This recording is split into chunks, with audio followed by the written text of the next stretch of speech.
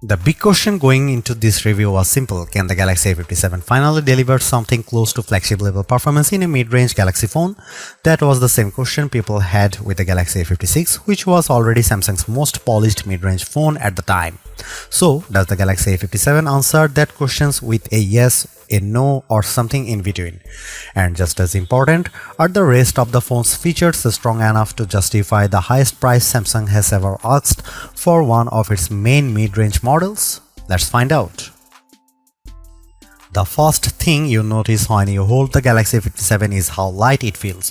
Samsung has somehow managed to cut almost 20 grams compared with the Galaxy A56, making this the lightest model in the A series lineup since the Galaxy A52, A53, A54 and A56 all came in between 189 and 200 grams, while the Galaxy A55 was a much heavier 213 grams, the A57 just 179 grams.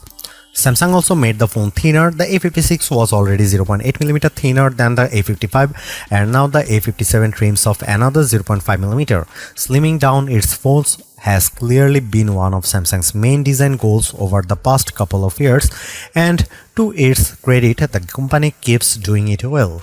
That lighter, thinner body makes the A57 a pleasure to use. It feels easy in the hand and still has that premium feel thanks to the glass and metal build. But there is one design choice that really hurts the look: the Samsung rings on the back. As one of my colleagues pointed out, they look like they were taken straight from a much cheaper phone. They just do not fit on a device that starts over €500. The A56 handled this better, with the camera rings sitting more neatly inside the camera island. Samsung really should have kept that approach instead of moving to something that looks like a downgrade. The rest of the rear design is still very nice, helped by the reflective Gorilla Glass Victus Plus finish. Still, most people will use a case, so the camera ring issue may not matter much day to day. What matters more is durability, and here the A57 makes a real improvement. It now comes with IP68 water and dust resistance. That is better than IP67, meaning the phone can survive up to 1.5 meters of water for 30 minutes instead of just 1 meter. On the display side, the Galaxy A57 does not bring a major upgrade over the Galaxy A56, but that is not really a bad thing because the screen was already good. You get a bright, colorful AMOLED panel with a 120Hz refresh rate, and it is pleasant for everything from watching videos to scrolling through apps and browsing the web. It is the kind of screen that works well in normal use without drawing attention to itself, which is often a sign of a good display. The good news is that Samsung has finally reduced the ugly bezels that have bothered this series for a while. They are slimmer on all sides now, and while the bottom chin is still the thickest part, it is still a welcome improvement. This makes the phone look more modern and far more refined than before. The stereo speakers also carry over from the Galaxy A56. They sound decent for a mid-range device, but they are not especially loud, and the bass is still a little weak. Good enough for casual use, but not the best if you listen to a lot of music or watch a lot of content without headphones.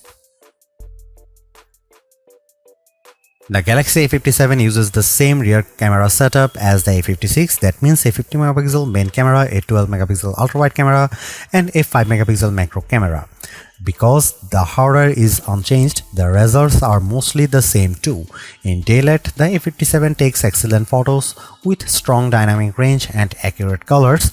It does a very good job of keeping the scene balanced without making the image look fake or overly processed. Low light performance is also solid, especially when night mode kicks in automatically.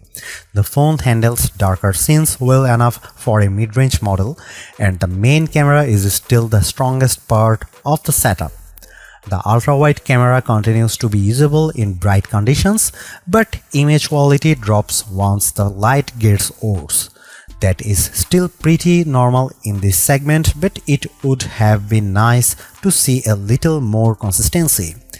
The macro camera is still the weakest part of the camera system. It is fun to try once or twice, but for most people it will just sit there unused. At this price, a macro lens feels less useful than a proper zoom camera would, and that is still missing here, which is disappointing. Some rivals in this segment do offer zoom, and Samsung still seems to be holding back to avoid stepping on the Galaxy S FE series. One area where the Galaxy A57 does improve is speed. Samsung already made major progress with the A56 by cutting shutter lag and improving lens switching, and that same fast, responsive feeling continues here. The camera app feels quick, smooth, and far better than older mid-range Galaxy phones. The front camera is unchanged too, with a 12-megapixel sensor, and it keeps doing a great job. Selfies come out sharp with good detail and a strong dynamic range, both outdoors and indoors. Video recording is also mostly the same. You still get 4K at 30 FPS and there is no HDR video recording support. Samsung talks about richer dynamic range and advanced sensor HDR, but that sounds more like marketing than a major real-world change. Video quality is fine and usable, but it is not a standout feature.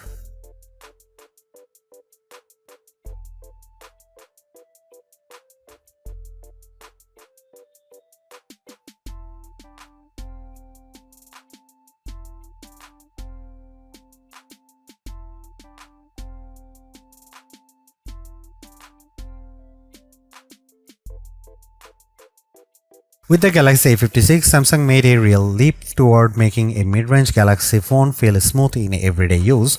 Animations were surprisingly fluid, and the phone finally felt closer to a premium device than most previous A-series phones. It was not perfect though. There was enough stutter now and then to remind you that, with Samsung, truly consistent smoothness usually meant spending much more. The Galaxy A57 takes another step forward, whether that is because of Exynos 1680, better software tuning, or both. Samsung has clearly pushed performance even closer to its flagship phones. Is the lag completely gone? Not quite. If you swipe down from the right side to open Quick Panel directly, you may still notice a small delay in the animation. And if navigation is running in the background, the phone can occasionally take a moment to respond. Those moments are still here. But the important thing is that they are rare. In everyday use, the A57 often feels like a much more expensive phone than it is. That is a big win for Samsung, especially in a category where smooth performance has not always been a strength. Gaming is also solid. Samsung says the Exynos 1680 delivers up to 15% better GPU performance than the A56's chip, but in real life the difference is not dramatic. This is still a mid-range phone, so it is not going to match a Galaxy S25 or S26 in the heaviest games at the highest settings. Those phones can push much higher frame rates, while the A57 will often sit just under 60 FPS in tougher titles. Still, if you use default graphics settings, the A57 handles popular games like Call of Duty and Asphalt Legends very well. For most people, that is more than enough. Cooling is a bit more complicated. Samsung says the Galaxy A57 has a vapor chamber that is 13% larger than the one in the A56, which should help with heat, but the thinner body likely offsets some of that benefit. Under heavy gaming or long video recording sessions, the phone can heat up faster than the A56. Even so, overall thermals are still fine. It does not become uncomfortable to hold in normal use, and it generally stays under control. That matters because Samsung has packed a more powerful GPU into a thinner body, and it could have been worse. The Galaxy A57 is Samsung's best mid-range phone so far, and if you are shopping in this price class, it is an easy phone to recommend. The bigger question is whether it is the smartest one to buy. At over $500, the Galaxy S25 FE has to be part of the conversation. For around $100 more, it gives you more complete flagship hardware, and in many markets, discounts make that gap even smaller. That makes the choice harder to ignore. If the S25 FE is within your budget, it is probably the better long-term buy. But if you want to stay in the mid-range space, or you are willing to wait for the Galaxy A57 to drop in price, this is the strongest answer Samsung has ever made for this category.